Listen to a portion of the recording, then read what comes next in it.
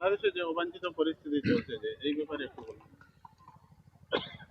শুধু অবাঞ্ছিত নয়, এক পৈশাচিক ঘটনা, এক বর্বর ঘটনা, এক অমানবীয় ঘটনা পৃথিবী সাক্ষ্য রয়েছে, সাক্ষী করেছে। আমরা এটার নিন্দা জানানোর ভাষা নেই, আমরা ঘৃণার থুৎকার জানাচ্ছি।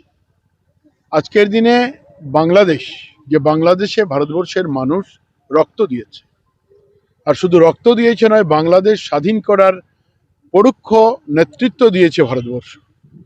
এই ক্ষেত্রে আপনারা জানেন, কংগ্রেসের সরকার ছিল 47-এর পরেও, তার আগেও কংগ্রেসের নেতৃত্ব ছিল।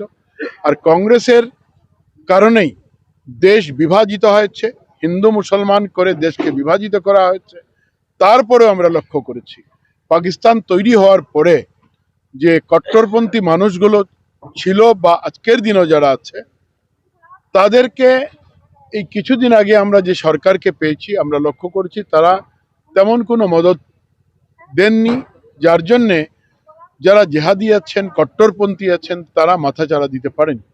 কিছুদিন আগে আমরা দেখলাম আওয়ামী লীগের সরকারের পতন হয়েছে, আর এই পতনের মাধ্যমে যে আজকের দিনে যে সরকারে আছে, তারা কট্টরপন্থীকে এমনভাবে বল, সাহস ইত্যাদি যোগাচ্ছে, যার জন্য এই ঘটনা ঘটেছে।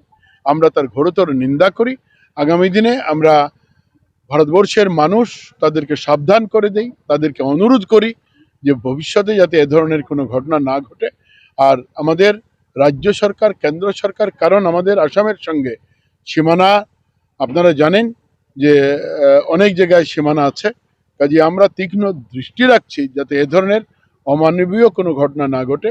আর যদি এ ধরনের কোনো অমানবীয় ঘটনা ঘটে, নিশ্চিতভাবে আমাদের সরকার তার প্রয়োজনীয় ব্যবস্থা নেবে।